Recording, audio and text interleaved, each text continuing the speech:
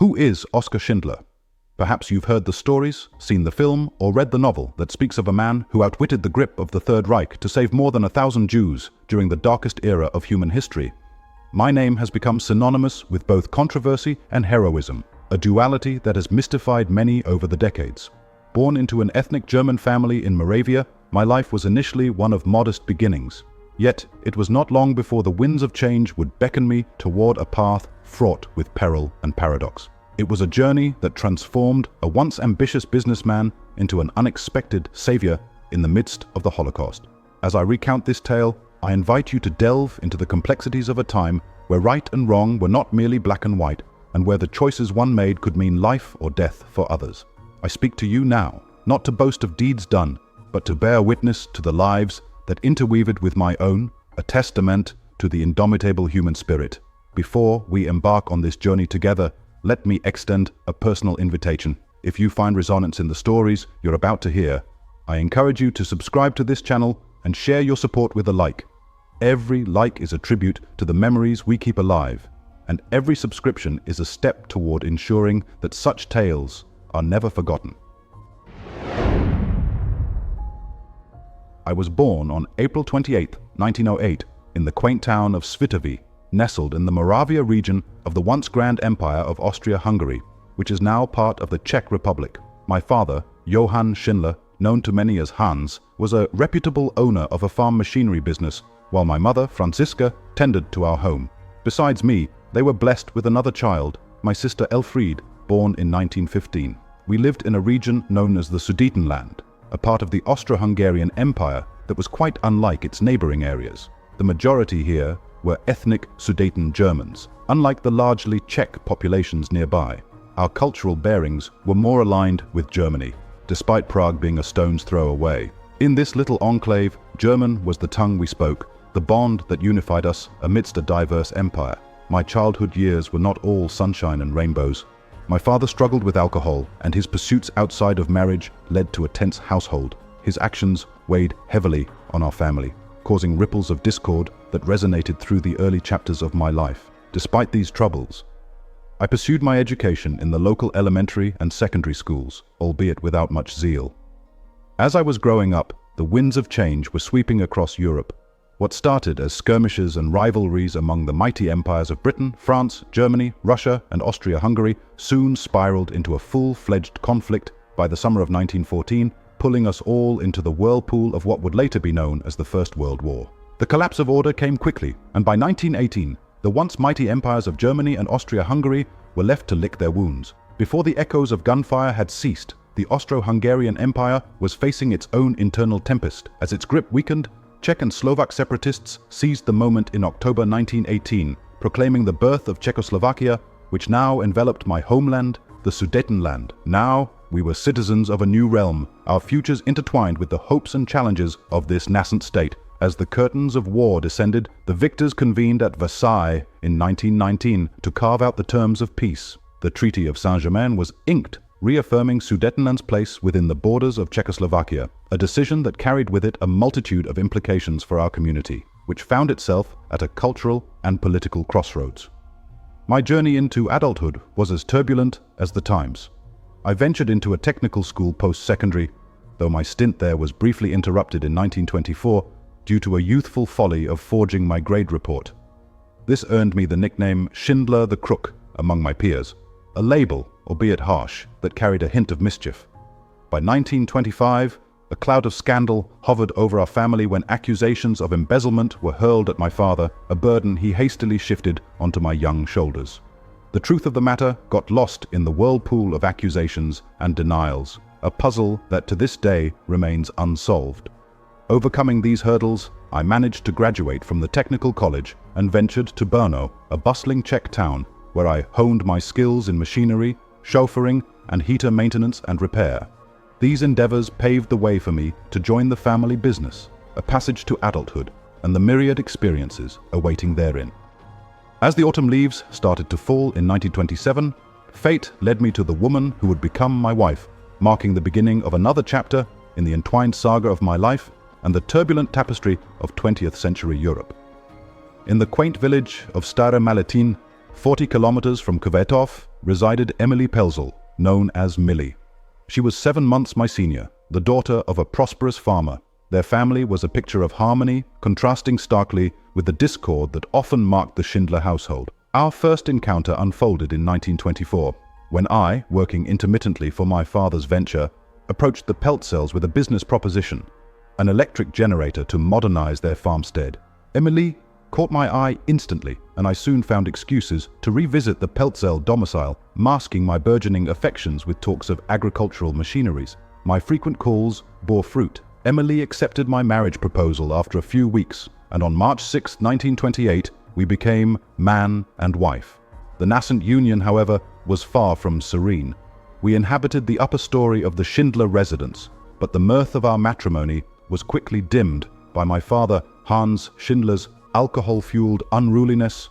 Our marriage journeyed through troughs and crests for the next 3 decades. Post-nuptial days saw me squandering much of the substantial dowry granted by Emily's father in 1928, as I pursued a fleeting dream of becoming a race car driver. This frivolous endeavor drained our coffers rapidly. When the financial reality dawned upon me, I abandoned my father's business and sought employment at the Moravian Electric Company in Brno. This venture too collapsed, compelling me to establish a racing school. My career detoured once more as I was conscripted into the Czechoslovak army for 18 months, serving in the 10th Inventory Regiment and attaining the rank of Lance Corporal. The period was marked more by leisure than by military discipline, given the peaceful climate of late 1920s and early 1930s Czechoslovakia. Upon discharge, I rejoined the Moravian Electric Company, but the escalating economic distress of the 1930s saw the company's demise. Emily, understandably, grew critical of my prodigal past, lamenting the squandered dowry. Meanwhile, a new menace arose: my penchant for alcohol, a trait inherited from my father. The early 1930s saw me grappling with unemployment and alcoholism, a ruinous cocktail that led to multiple arrests for public inebriation in 1931 and 1932, with one incident culminating in a 24-hour detention. The cycle of incarceration did not cease until late 1932, when I secured a position with the Jaroslav Cimek Bank in Prague, marking a brief respite in our tumultuous life. As Emily and I nestled into a commodious dwelling in Prague, described by her as a mansion compared to our former abode, I fell back into old licentious habits. I embarked on an affair with Aurelie Schlegel, a childhood acquaintance and a former secretary to Hans Schindler. The illicit liaison bore 2 children, Emily and Oskar Jr. Emily, despite bearing witness to my philandering, displayed a forbearance I might not have mustered, a testament to her enduring affection and the belief in the goodness she saw in me. As she later recounted, despite my flaws, my heart was large, always extending a hand to those in need. Yet my immaturity, deceit, and financial recklessness remained persistent shadows over our union from the 1930s onwards, a harbinger of the tumultuous times that lay ahead. In the early 1930s, amidst the personal turmoil I was facing, the world beyond Czechoslovakia was rapidly changing, a shift that would soon impact my life, my country, and the global stage. Nearby in Germany, the political sphere was in turmoil following the aftermath of the First World War. The abdication of Kaiser Wilhelm II marked the fall of the German Empire, paving the way for a fledgling republic. Yet this republic faced fierce opposition, with cities like Berlin and Munich becoming battlegrounds for socialists and communists, much akin to the Bolshevik uprising in Russia in 1917. On the other side, a counter-revolution brewed, spearheaded by right-wing German nationalists. Among the political factions born from this unrest, one stood out for its extremism: the National Socialist German Workers' Party, or the Nazis, led by Adolf Hitler. Fueled by resentment over Germany's losses in the First World War and conspiracies of Jews and communists plotting Germany's downfall, the Nazis sought to seize power in Bavaria in November 1923, although unsuccessfully. The stabilization of German politics in the mid-1920s relegated the Nazis to the fringes, at least for a time. However, the landscape shifted drastically in 1929 with the Wall Street crash. The subsequent Great Depression hit Germany hard, exacerbated by the massive war reparations it owed. With jobs and life savings lost, Many Germans were drawn to radical political groups. The Nazis' appeal grew, propelling them to become the second largest political party by 1930 and the largest by 1932. Despite resistance from the political establishment, by January 1933, Hitler ascended to the role of chancellor, and by spring, the Nazis had consolidated their dictatorial reign through the Enabling Act. Their rise signaled a drastic change, with ambitions to unify all German-populated regions under one empire, the Third Reich. This vision engulfed Austria, parts of Western Poland, and my native Sudetenland. My political stance was complex. Following a trip to Berlin in 1931, I found a sliver of sympathy for the Communist Party. Yet by 1935, I had aligned with the Sudeten German Party, a faction aspiring to merge Sudetenland with Germany. My decision, like that of many others, was rooted in a nationalist desire, oblivious to the catastrophic violence the Nazis would soon unleash across Europe. And so, during this period, I also grappled with personal loss, mourning the passing of my beloved mother in 1935. This confluence of personal and political tumult set the stage for the journey that lay ahead, a journey that would challenge the core of my beliefs and reshape my legacy in the annals of history. The estrangement between my father and I deepened when he abandoned my ailing mother. It was a wound time only partially healed, finding a semblance of reconciliation in 1941. My life in the mid-1930s was a turbulent cocktail of alcohol and financial woes. I later admitted that these storms drove me to the arms of Abwehr in 1936. However, my wife would tell a different tale, that my liaison with Abwehr began through a dalliance with a member of the agency in Krakow.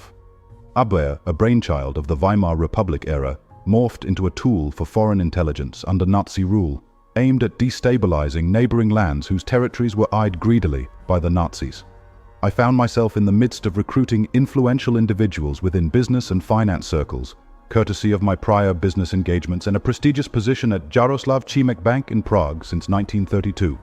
My role extended beyond mere recruitment, plunging into the realms of espionage, focusing on Czechoslovakia's railways, military installations, and its army, a realm I was familiar with due to my own brief military stint in the Czechoslovak army. The knowledge I gathered was a precursor to a potential German invasion aimed either at the Sudetenland or the whole of Czechoslovakia. My interactions with Poland grew, documenting its internal conditions, which hinted at the tumultuous relationship that would unfold in the years ahead. I later downplayed my involvement with Abwehr, painting myself as a minor player swept away in the whirlpool of espionage, driven by financial desperation. However, my arrest by the Czechoslovak government in 1938 for espionage painted a different picture, hinting at a deeper involvement than I cared to admit.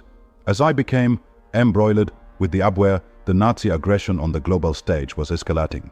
Defying the Treaty of Versailles, Germany, under the Nazi banner, rekindled its military might, leading to the remilitarization of the Rhineland in 1936. The winds of war drifted towards Austria, with Hitler yearning to unite it with Germany, a vision once thwarted post-World War I by Britain and others. However, by March 1938, the reluctance of Austria had withered, giving way to the Anschluss as German troops marched into Austria, sealing the Union. The tide of Nazi ambition then turned towards my homeland, the Sudetenland. Hitler claimed this region, rich with German-speaking folks, was wrongly annexed to Czechoslovakia. The establishment of Sudetendeutsches Freikorps within Czechoslovakia signaled a brewing storm, threatening a violent takeover if Sudetenland wasn't handed over to Germany. By mid-1938, as the cries for Sudetenland's annexation grew louder, the ill-prepared Britain and France could only bow to Hitler's demands during the Munich Conference in September 1938. The annexation of Sudetenland had a silver lining for me. Imprisoned for my espionage endeavors, the Munich Accord was my key to freedom. As Sudetenland became German, my cell doors swung open, releasing me into a world where my homeland was now a part of the expanding Nazi Empire. In the bustling period of the mid-1930s, my engagement with the Abwehr seems to have been deeper than I later admitted. With the annexation of the Sudetenland in autumn 1938, following my release from a brief prison stint, fortune smiled upon me and I found myself with a substantial amount of money. A short while later, I sought to join the Nazi Party. It was a curious endeavor, given my years of active service in the Abwehr, yet my application was shelved for months due to some youthful indiscretions involving public inebriation in the 1930s. Come spring 1939, my application was accepted, and by then, Emily and I had nestled ourselves in the quaint city of Ostrava, near the serene yet soon-to-be tumultuous Czech-Polish border. As I resumed my clandestine duties with the Abwehr, my sights were set on undermining the stability of Czechoslovakia and Poland, though my lips remained sealed about the specifics of this chapter of my life in the years that followed.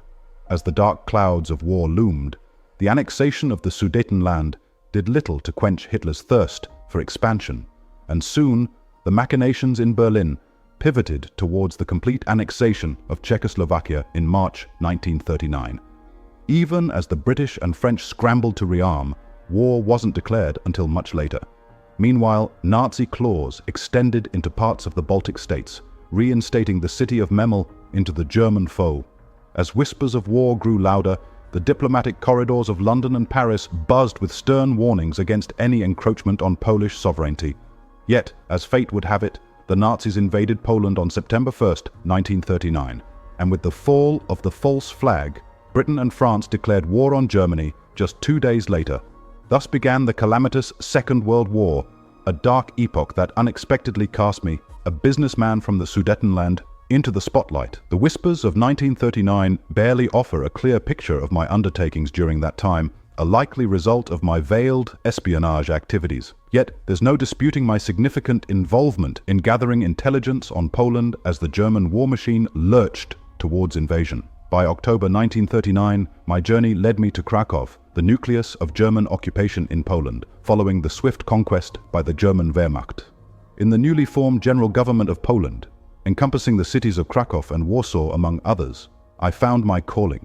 Although I arrived not as a Nazi official or Abwehr agent, but as a businessman seeking to sow the seeds of enterprise in occupied territory. My initial endeavor saw me navigating the murky waters of black market trade and smuggling, amidst a climate of minimal government oversight. Soon, fortune smiled upon me again. By January 1940, with the support of Jewish financiers seeking to shield their assets, I acquired a factory in Krakow. There, the German enamelware factory came to life under my stewardship. Initially, the enterprise was modest, employing a handful of Jewish workers including Abraham Bankier, the previous owner of the factory. Though my initial motives may have been more pecuniary than principled, owing to the economic benefits of hiring Jewish workers, the tides of war and the fates of those I employed soon intertwined with my own, laying the foundation for a legacy I had never envisioned.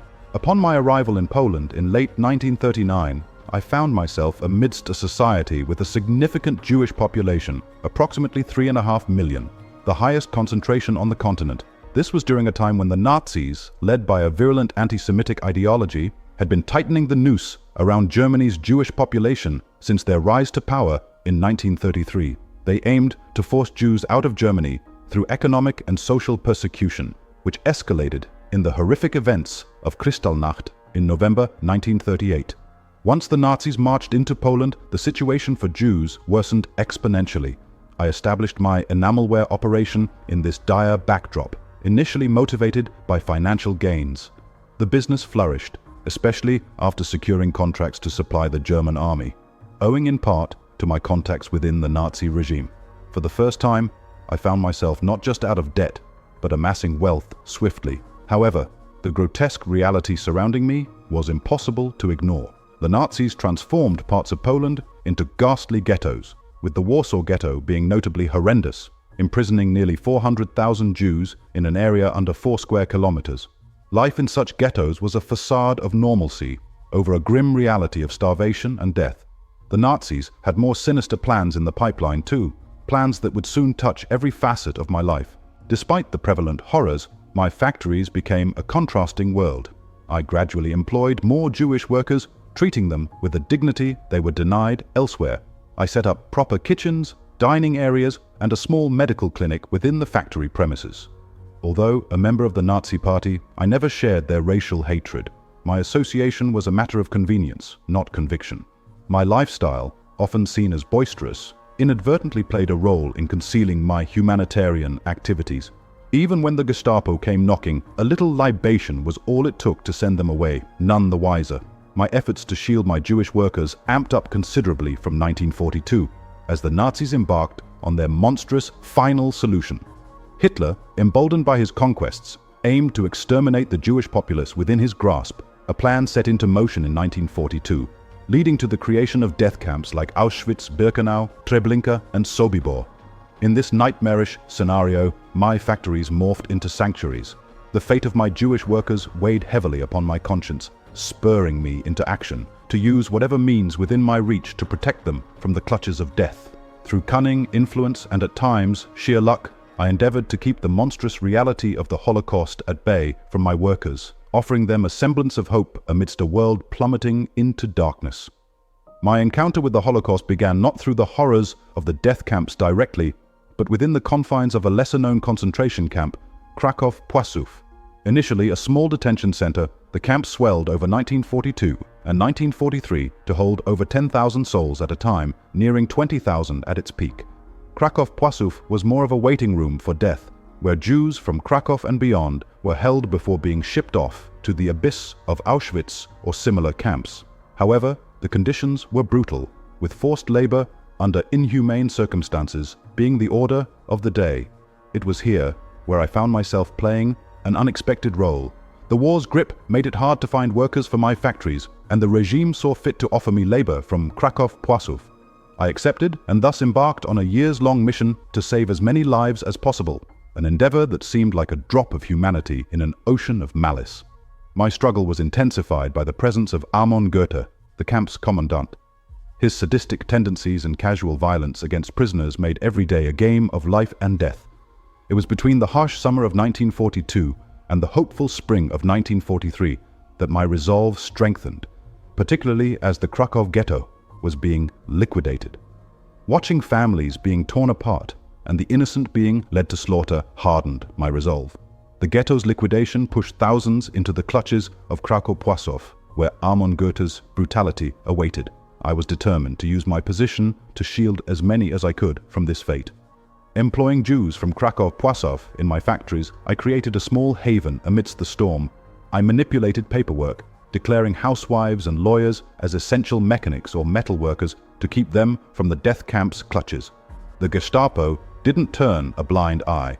Between 1942 and 1944, I was arrested and questioned multiple times for the irregularities in my paperwork and for showing favor to my Jewish workers. Yet, I persisted.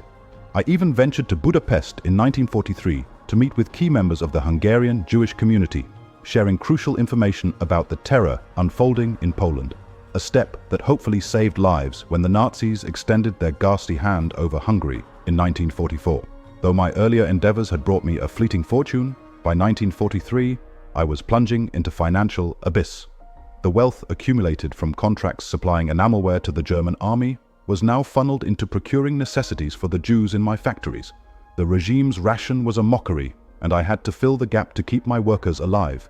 Each day was a battle against time and hatred, as I endeavored to uphold a flicker of humanity amidst the engulfing darkness of the Holocaust. Embarking on a journey of protecting the vulnerable was no light task, but a call of humanity that I, Oskar Schindler, could not ignore. At the zenith of my operations between 1942 and 1943, I had over 1,500 Jewish souls working in my factories in the vicinity of Kraków. The magnitude of goods acquired raised eyebrows, forcing me to delve into my pockets to pay bribes that would keep the wolves at bay. I later revealed that these activities set me back over $1 million, a fortune equivalent to over $20 million today. As Hitler shifted his focus eastwards to the Soviet Union in 1941 summer, his forces initially met with success, but soon faced the wrath of Russia's military rejuvenation. The tables began to turn in 1942, with the Axis powers facing defeat in North Africa, followed by the significant Russian victory at Stalingrad. The tide continued to turn in 1943, with the Allies pushing back the German forces, inching closer to victory. The cataclysmic events of 1944 saw the opening of a new Western Front by the US and Britain in France, liberating key cities and spelling doom for the Third Reich. The advancing Russian forces posed a threat, yet a ray of hope, as their arrival in Poland could save the Jews I had shielded from the Nazis' murderous wrath. But the Nazis had other plans, evacuating and dismantling camps in Poland. The Kraków-Płaczów camp's liberation awaited till January 1945, but plans to evacuate the factories and my Jewish workforce were underway by 1944's summer. Faced with the risk of losing the right to employ Jewish labor, I was advised to pivot my business to manufacturing anti-tank weapons. But my resolve held firm. I leveraged my contacts, persuasion skills, and a fair share of bribes to relocate my operations to Brunlitz in my native Czech region, along with hundreds of my workers. This transition birthed the famed Schindler's List, a beacon of hope for approximately 200 Jews destined to work in my new factories, sparing them from the dreadful fate awaiting at the Kraków-Płaszów camp. However, fate threw a wrench in our plans when, during the evacuation from Kraków-Płaszów in late 1944, many were mistakenly sent to Grosshausen and Auschwitz. On discovering this grievous error, I hastily orchestrated the release of most from Grosshausen, though rescuing the 300 female Jews sent to Auschwitz proved more challenging. It took a bribe of 7 Reichsmarks per worker to liberate them, marking a rare instance where hundreds left Auschwitz alive for a place other than another concentration camp. Once in Brunlitz, my wife Emily and I toiled tirelessly to ensure the safety of our Jewish workers as the war neared its end. The Western Allies were making significant advances into Germany, while the Soviets were tightening the noose around Berlin. Amidst this chaos, in January 1945, I managed to transfer 120 Jewish prisoners from Golazov, a subcamp of Auschwitz, to Brunlitz. The harsh winter claimed 13 lives during the journey, and those who made it were frostbitten and starving. Nevertheless, we persevered, continuing our humanitarian endeavors until the war's last breath, ensuring the Jews under our protection saw the light of day once the smoke of war cleared. In the dark times of Nazi rule, my conscience was my guide. I found myself standing against the horrors that unfolded before my very eyes. The incident at the train was one of those defining moments. I couldn't stand by and watch the Nazi commander set ablaze the bodies of the departed. I made sure they were laid to rest with full Jewish rites near a Catholic cemetery, a small gesture of humanity amidst the inhumanity surrounding us. The 107 souls who survived were given a chance at life once again at Brunlitz, where they were cared for and nursed back to health in the ensuing days and weeks. The grim shroud of war started lifting as summer of 1945 arrived. The fall of Hitler on April 30th and his successor Goebbels, a day later, began the unraveling of the Nazi regime. Even as the Allies tightened their grip on Berlin, negotiations to end Germany's nightmare commenced. As the war's embers faded, Emily and I ventured westward to escape the clutches of Soviet authority. By autumn of 1945, we found refuge in the US zone of occupation in Bavaria. My actions were laid before the authorities, and I was spared prosecution. The war had drained me financially. Despite fleeting prosperity in Poland during the early 1940s, I spent every penny to shield the innocent from the jaws of death. Post-war Germany was unkeen to my entrepreneurial pursuits. My old vice, alcohol, started taking its toll on my health as I approached my 40s. Yet, the bonds I forged during the dark days held strong. Many of the people I saved, now living in the budding state of Israel or elsewhere, extended their generosity to keep me afloat. In the late 1940s, the allure of a fresh start beckoned us to Argentina, a land that housed both German and Jewish communities. There, amidst the vast expanses, I fancied myself a farmer. My first attempt at raising chickens was followed by a venture into what I believed was the fur industry with otters. However, fortune played a cruel joke. The supposed otters were nutrias, a type of South American rodent. Debts began piling up by the mid-1950s, and it was only through the continued support from the people I saved during the war that we managed to survive. The trials of life, failed ventures, and my persistent demons strained our marriage. Emily had weathered storms with me, but Argentina's ordeal was the breaking point. In 1957, when I returned to Germany, leaving her behind, it might have been a relief for her. The tapestry of my life was woven with threads of courage, folly, despair, and undying bonds. Through it all, the essence of humanity stood firm, a beacon amidst the darkest of times. Upon my return to Europe after the war, I faced a myriad of challenges. Business ventures I embarked upon came to naught, and in 1963 I found myself in the throes of bankruptcy. A shimmer of hope emerged when an initiative to translate my life story into a film, with the talented Austrian director Fritz Lang at the helm, was proposed. However, fate had other plans, and the project fell through, though I confess, the advance I received for the rights to my story quickly vanished in my hands. The following year, in 1964, my heart betrayed me, marking the onset of a period laden with health woes that shadowed me till my final breath in 1974 at the age of 66. Liver failure, perhaps unsurprisingly, became the curtain call to my earthly journey. The world began to honor my efforts during my lifetime, a trend that intensified posthumously. The souls I was fortunate enough to save during the Holocaust, often referred to as Schindler Judah or Schindler Jews, became pillars of support during my turbulent times post-war. In 1962, a carob tree was tenderly planted at Yad Vashem, a sacred site in Jerusalem dedicated to the memory of the Holocaust victims. This tree, nestled in the garden of the righteous among the nations, stands as a quiet testament to the acts of humanity I and others displayed amidst a time of monstrous cruelty. In 1966, the West German government honored me with the Order of Merit. Dreams of a cinematic depiction of my actions during the brutal days of World War II in Poland lingered, and though I wouldn't live to see it, in 1993, Steven Spielberg breathed life into these memories through his masterpiece, Schindler's List. This year also saw Emily and I being honored as righteous among the nations, a title for the Gentiles who risked all to protect Jewish lives during the dark days of the Second World War. Reflecting upon my life, a journey with numerous twists unfolds. My early years, marred by alcohol and indiscipline, were far from commendable. My alliance with the Nazi Party, driven by naive ambition perhaps, saw me undermining my homeland's sovereignty in Czechoslovakia, aiding in the preparation for Poland's invasion. Yet, as the Nazi venom towards Jews intensified in Poland, a profound change blossomed within me. No longer could I stand aloof to the atrocities around. I began to shield my Jewish workers from the horrific fate that awaited them. Every ounce of my being and every penny of my fortune was invested in the quest to save as many lives as possible from the clutches of the death camps. By war's end, my factory at Brunlitz had become a haven, saving hundreds from the jaws of death. My post-war life mirrored the chaos of my earlier years, but the legacy I left behind was etched in the heartbeats of those I saved and in the annals of history.